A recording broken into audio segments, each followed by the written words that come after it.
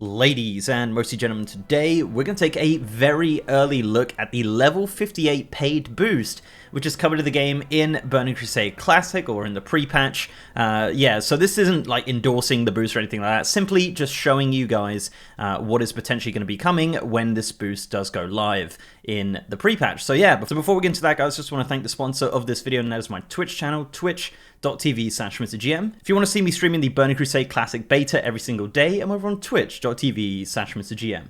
Right, so the level 58 boost. Yes, this is something very controversial. This was announced at BlizzCon Online alongside Burning Crusade Classic, and essentially what it is, it's a 58 boost, and you get one per account when presumably the pre-patch launches for Burning Crusade Classic. Now, as I said, very controversial. Mad Season did like an hour-long video on it, and there's just been so much talk on it, and I am curious whether or not Blizzard will go back on this. But yeah, the beta is now live. We have 58 boosts on the beta, and I'm pretty sure that this is what the 58 boost will consist of. Now, as I said, this is an early preview.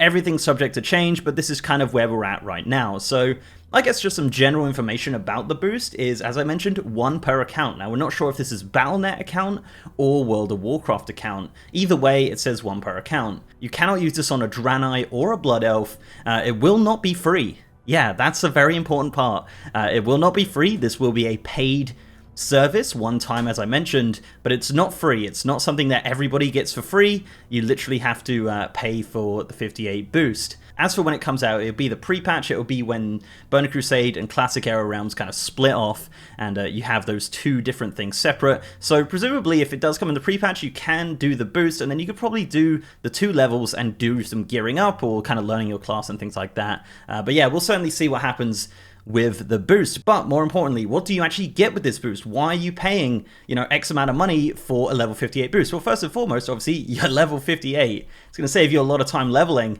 Obviously, with Classic, it's a little bit interesting, really, with a 58 boost, because you learn your class as you play. It takes so long to level up, and you literally learn the class as you play. I've been leveling a hunter recently. I didn't know anything about hunters, and slowly leveling up and getting new abilities has been such an incredible learning tool, and it's very interesting to be kind of thrown into the deep end with a boost like this. So if you don't know the class already, it might be a bit of a difficult thing, and especially if you're coming from like a game like Retail.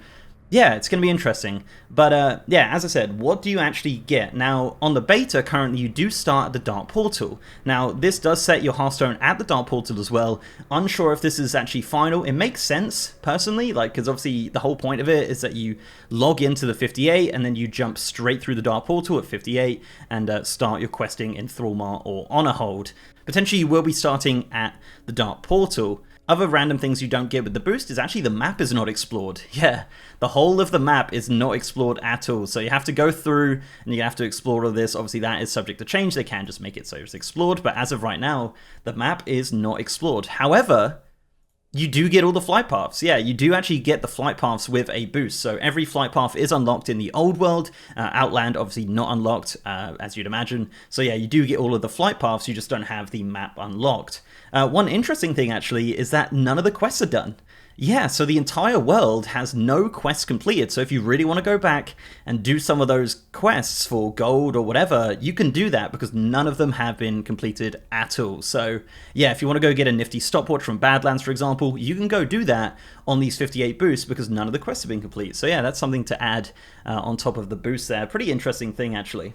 So let's talk about the most important part of the boost, and that is, of course, what you actually get as in gear, items, bags, everything like that. So first and foremost, you get 4 14-slot Runecloth bags. Not massive bags, not 16-slot, but 4 14-slot bags. You actually don't start with gold, but once you open up the Outland Survival Kit, inside this kit, you'll actually have 25 gold. So it seems like 25 gold seems to be the starting gold that you'll be starting with these characters, and as I mentioned, the Outland Survival Kit. Now, when you buy the boost, you will have an Outland Survival Kit, and this will contain various things for your class for different specs. For example, as a warrior here, we do have some one-handed weapons, we have some food as well, and we have a level 30 mount, which is the 60% mount. Obviously, at 60, we'll be able to purchase a 100% mount, but we won't have the gold for it. Also contains a shield, and if you're like a shaman, it will contain totems. If you're a mage, it will contain runes of teleportation. Any sort of like reagents for your class will be contained in the Outland Survival Kit. Now, there isn't a ton of them. I think think you get like 5 light feathers as a priest or something like that. It's not a lot,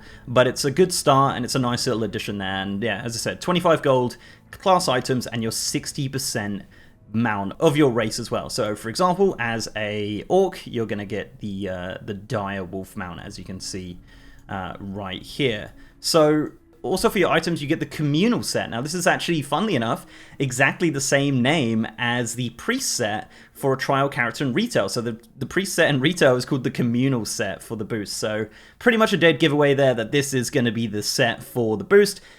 I would imagine the stats, and you know, it's green at the moment, it could be a blue set. It's gonna, yeah, this is all subject to change, of course, but this is the first kind of iteration of it.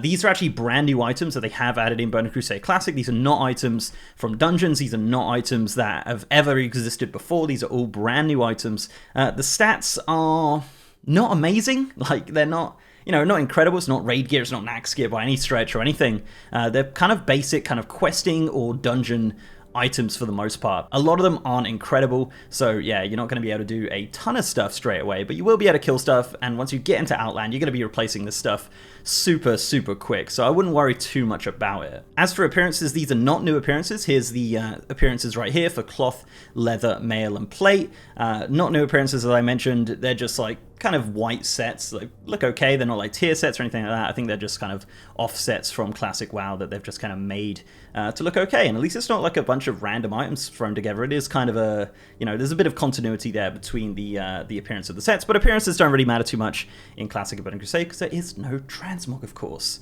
As for skills, you actually do, as I mentioned, start with riding skills 75. All of your weapon skills are actually taught and maxed out to 290 on these boots, so you don't have to worry about weapon skill. That's already all done for you. Obviously, once you get to 60, you can max it out to 300. As for spells, you actually have all of your spells learned and maxed out to the maximum they can be. Obviously, you know, when you do talents and things like that, you will have to go and buy the talent spells. All of your available spells are already purchased, and you don't need to waste gold doing any of that. For reputation, you are honored with all of the main cities apart from Silvermoon. This does change depending on race. It's a little bit random, but for the most part you are honored, and for some reason you're honored with the Frostwolf clan as well on the Horde, and obviously the Alliance counterpart on the Alliance. So yeah, that's pretty random. I don't really know why, but yeah, it is what it is. Honored seems to be what you get. You're not exalted with everyone or anything like that. It's not already completed for you. There is something to do there. Hunters will start with a wolf pet no matter what race they are. This might be placeholder. Obviously the different races might get different pets, but as of right now, a hunter will always start with a wolf. Pretty basic, nothing too exciting there. As for professions, you don't start with any professions. However, some of the races on the beta do start with mining and herbalism. Not really sure why. I don't know if that's just an error or something like that, but you don't have any professions when you start. I wouldn't imagine they're going to add that. Like, starting with like maxed out professions seems a little bit insane to do, especially with some of the concerns that people have. So I very much doubt that we will have any professions when we do start, but however, that is, of course, subject to change.